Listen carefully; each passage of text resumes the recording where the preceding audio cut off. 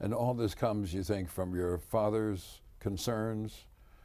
I remember reading someplace of him reading about the invasion of Czechoslovakia in the newspaper.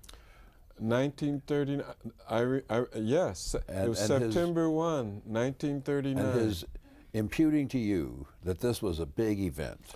Yes, yes. I remember that headline. It's funny what you remember and what you forget, you know, as the years pass. But September 1, 1931, Hitler invades. A big, they used to do those headlines that really, in the old days, that grab you. And my father explained to me that things will never be the same. And of course, Roosevelt, there was a strong movement against us getting involved in European wars.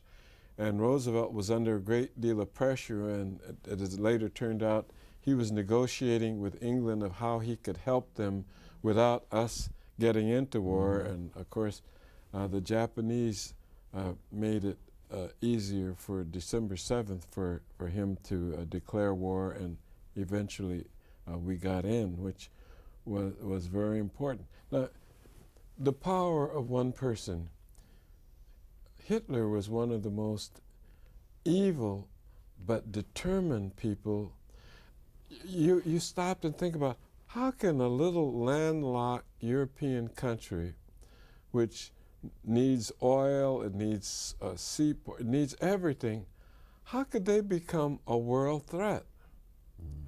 And through guile and cunning and a belief of racial superiority, Adolf Hitler is exactly the counterparts to King and Mandela. Here was a totally driven, right up until the end, even fought off mutinies within his own elite guard. But to me, I keep seeing that lesson coming up time and time again. Marshall in the Supreme Court and all those Howard University law professors who decided to bring this case that nobody thought could possibly win to the Supreme Court.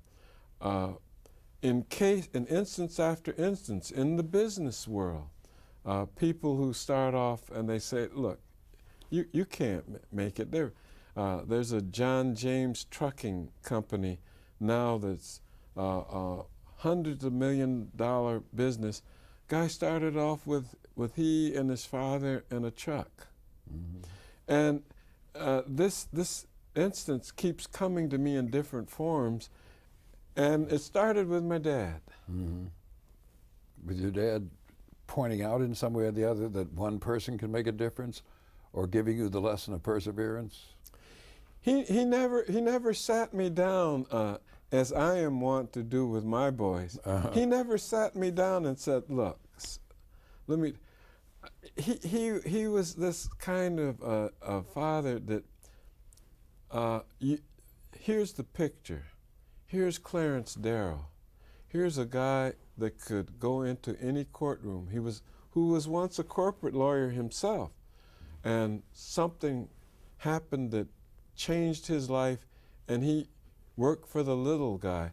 He represented this black doctor that had the temerity to Ossian Sweet. The Sweet case. Now, I just wondered if your father knew about Darrow from that.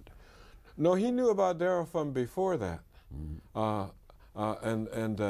But no, he had studied Darrow all the way through. But that case made a huge impression on us, and the fact that Clarence Darrow would take the case.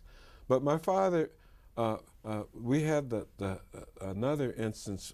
My father was at the Battle of the Overpass at Ford Motor Company at Dearborn, where Ford, and they had this historic picture. My father has more pictures up at Local 600 in Dearborn than he does at Chrysler. because they had this picture of the Ford motor car people, and they had hired goons and gangsters to back them up, and they had baseball bats. And here on the other side walking up was Walter Reuther and Richard Frankenstein and other people. And that was just before they turned loose. And of course, all the police were working with the company. And this was bloody. People were killed, and people were in homes for the rest of their lives. It was a very awful, ugly scene of violence. And they finally were able to organize, and they took other organizers, and because there were a number of black workers, it was a funny thing about Ford. He was very patronizing. He wanted to pay his workers. He set the scale, but he didn't want unions. I'll take care of you, but no, you cannot organize. And so they resisted the organizing more fiercely than they did with General Motors in Flint or Chrysler in Detroit. But when they got to Ford, the battle of the overpass was something that, you know, we were so happy that he came out unscathed.